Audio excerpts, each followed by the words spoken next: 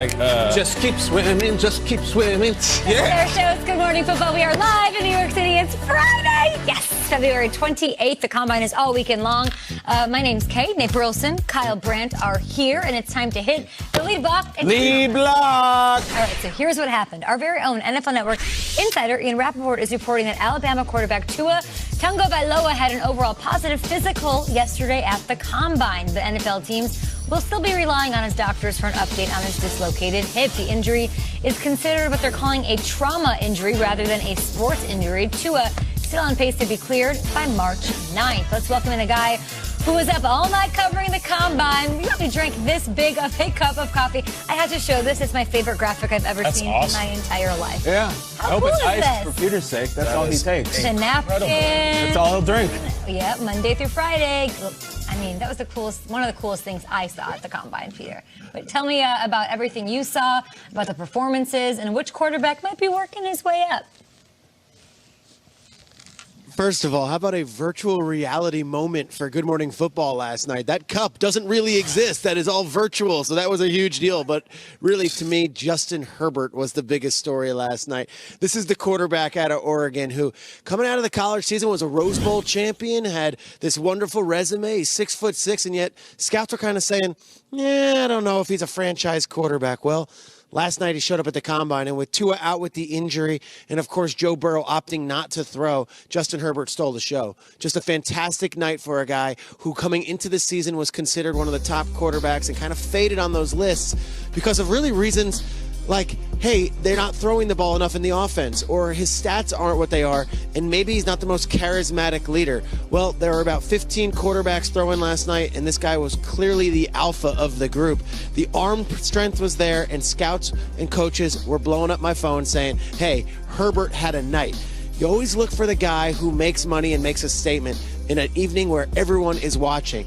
And what Justin Herbert did, both physically and also in the interviews this week, he really helped his draft stock. Last year, Daniel Jones was the Senior Bowl MVP, went from that stage to having a really good combine, to acing the pro day, to going to be a top 10 pick and ending up the quarterback of the New York Giants. Justin Herbert, Senior Bowl MVP, had a great week at the combine. He's going to have a wonderful pro day up there in Eugene, Oregon, and I would not be shocked, not only if he's the third quarterback off the board, but if he also goes in the top 5 of the NFL draft. A flawless performance from Justin Herbert last evening.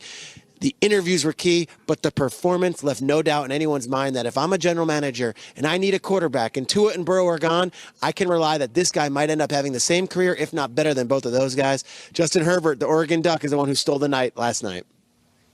Powerful performance. You know that I love those LA Chargers. Got a lot of tweets, a lot of texts from people in that organization and fans saying, oh, we want this to be our guy early. So maybe he made himself some money last night. Powerful, powerful performance by him. Shregs will get to you in a bit. Get some coffee. Yeah. Maybe a lozenge for the old throat. Poor Peter Schrager's been working a ton. All the news that Peter's broken in his career, the biggest news is that the coffee mug was fake. That blew me away. Yeah. I thought they spent all that money, made a giant coffee mug. Peter, you killed it. Shout out to Peter working double shifts, man. He's been kicking butt all week out there. And so did the quarterbacks yesterday. We know Burrow and Tua weren't out there. So it was everybody's opportunity to sort of make a name for themselves. Hawaii's Cole McDonald led the quarterbacks with a 4.53 40-yard dash time, followed closely by Oklahoma quarterback Jalen Hurts with a 4.59. Kyle, what stood out to you? This one goes out to our parents' generation.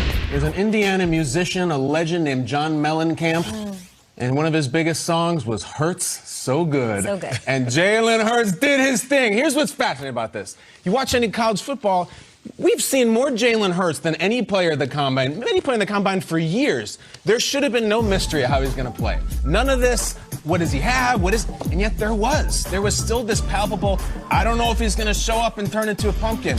He looked great. Throwing the ball, I didn't see any difference between he and Herbert or Love or any of them. Then he runs the 4.59. Guys, the losers, I think, of the draft are going to be the people who doubt Jalen Hurts. This is a guy who years ago was dueling Deshaun Watson in a national title game. Yeah. I thought he looked great. I thought this is the guy who's going to go all the way up to the second round. I think that's the truth. And guess what, my friends? The truth hurts. Ooh. Jalen Hurts, congratulations. Great night. All right, for me, I'm looking at Jacob Eason. I want to be a little bit biased. My father went to the University of Washington, so I'm going to talk about a Husky. And Jacob Eason, big fella. We're talking 6'6", 230. He started at Georgia, and then he transferred. He got a little bit of a bad rap when he was in college. So this week was big big for him. I mean, he lost his position to another Jake Fromm, but from then on out, my man showed off what is exactly his talent, and that is that big arm. Listen, he ran a 4.9, so that's comparable to Cousins or Dalton, but he has a much bigger arm, and he showed it off. Sailed a little bit on a couple of balls, but that's okay.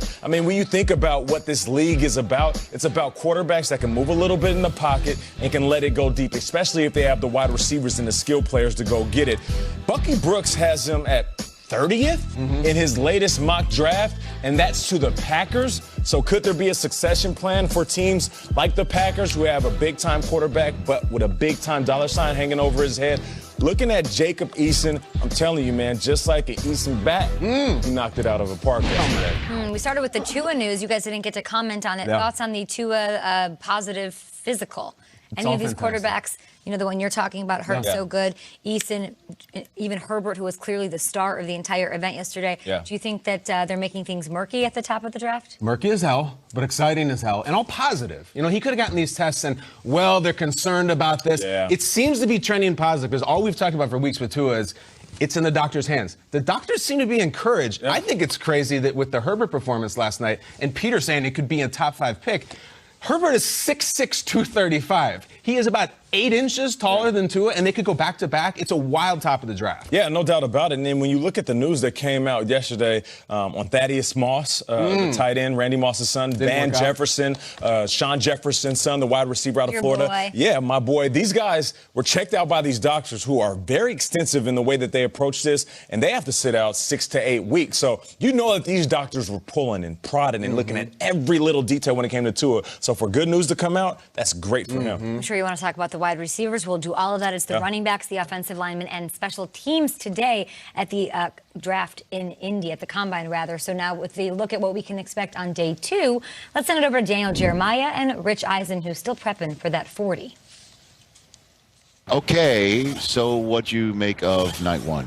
Well, I thought the stars delivered. Really, when you look at this wide receiver group, we saw Henry Ruggs, get close to that record, getting in the 4.2s. We knew that speed was going to be there. But then it was the other guys. You look at Jerry Jeudy, the way he ran and the way he went through his field workout. CeeDee Lamb delivered, was outstanding, capped it off with a big-time catch to end the night.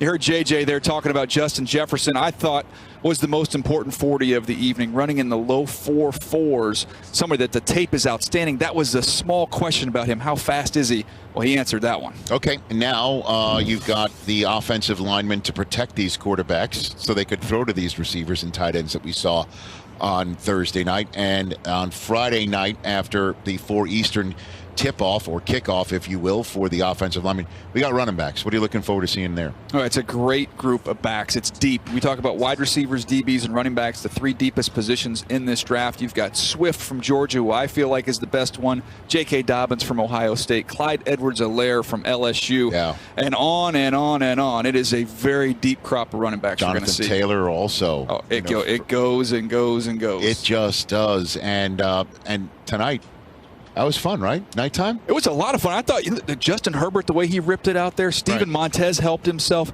Jordan Love, you saw the live arm with him. Jalen Hurts ran well, threw the ball well. It was a good night. It sure was for all of us here at NFL Network as well. We enjoyed doing it under the lights. Let's do it 3 more times, starting with Friday at 4 Eastern time with the offensive linemen. Let's send things now, however, back to you.